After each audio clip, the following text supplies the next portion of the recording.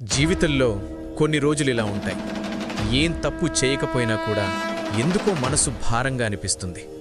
చుట్టూ అందరూ ఉన్నా కూడా లోపల మాత్రం ఒంటరితనం పెరుగుతుంది. ఎవరితోనూ చెప్పలేని ఆలోచనలు, అర్థం కాని పరిస్థితులు, ఎంత ఆలోచించినా కనిపించని దారి. అప్పుడు మనసులో ఒక ప్రశ్న వస్తుంది, దేవుడు నిజంగా నా మాట వింటున్నాడా అని. కానీ ఒక నిజం చాలామందికి తెలియదు. మనిషికి దారి కనిపించని సమయంలోనే శివుడు తన పని ప్రారంభిస్తాడు. శివుడు పెద్ద శబ్దంతో అద్భుతాలు చేయడు.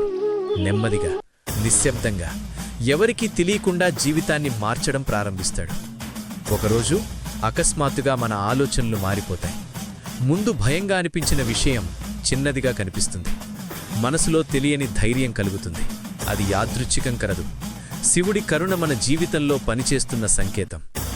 చాలాసార్లు మనం కోల్పోయిన వాటిని గుర్తు చేసుకుని బాధపడతాం. ఎందుకిలా జరిగింది అని అడుగుతాం. కానీ కాలం గడిచాక తెలుస్తుంది, అది జరగకపోతే ఇంకా పెద్ద బాధ వచ్చేది అని. శివుడు తీసుకున్నప్పుడు కూడా మనల్ని కాపాడటానికే తీసుకుంటాడు.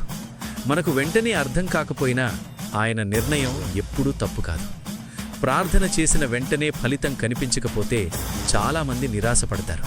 కానీ గుర్తుపెట్టుకోవాల్సింది ఒక్కటే, శివుడు వినకపోయిన ప్రార్థన అనే దాంట్లో లేదు.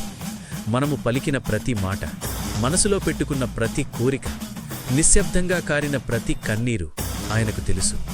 శివుడికి పెద్ద పూజలు అవసరం లేదు. నిజమైన మనసు చాలు. ఒక నిజమైన పిలుపు, ఒక నిజమైన నమ్మకం, అంతే సరిపోతుంది. మనసు ప్రశాంతంగా ఉంచి ఆయన పేరు ఒక్కసారి జపించండి. లోపల ఒక నెమ్మది మొదలవుతుంది. ఆ శాంతి, ఆ ధైర్యం, అదే శివుడి సమాధానం. జీవితంలో కొన్ని సంఘటనలు ఎందుకు జరుగుతాయో వెంటనే అర్థం కాదు. కొన్ని విషయాలు తరువాతే అర్థమవుతాయి. మరికొన్ని శివుడికే తెలుసు. కానీ ఒక విషయం మాత్రం నిజం, శివుడు తనను నమ్మిన వారిని ఎప్పుడూ వదిలిపెట్టడు. మీరు ఎంత బలహీనంగా అనిపించినా మీ ప్రయాణం ఆయన దృష్టిలోనే కొనసాగుతుంది. కొన్నిసార్లు జీవితం ఆగిపోయినట్టే అనిపిస్తుంది.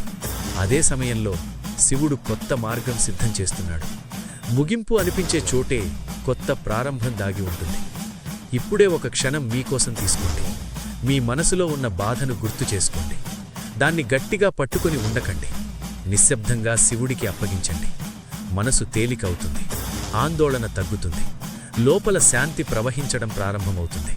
అదే శివుడి కరుణ. జీవితం ఒక్కరోజులో మారకపోవచ్చు. కానీ శివుడి ఆశీర్వాదం మొదలైన తరువాత మార్పు తప్పకుండా జరుగుతుంది. మీరు చెయ్యాల్సింది ఒక్కటే, నమ్మకం వదలకపోవడం. శివుడు నిశ్శబ్దంగా చూసుకుంటున్నాడు. ఓం నమః శివాయ. ఈ వీడియో మీకు నచ్చితే తప్పకుండా లైక్ చేయండి. ఇలాంటి భక్తి వీడియోలు మరింత చూడాలంటే మా ఛానల్లో ఉన్న ఇతర వీడియోలు కూడా చూడండి. మీకు నచ్చితే మా ఛానల్ను సబ్స్క్రైబ్ చేసి మాతో కలిసి ఈ భక్తి ప్రయాణంలో భాగం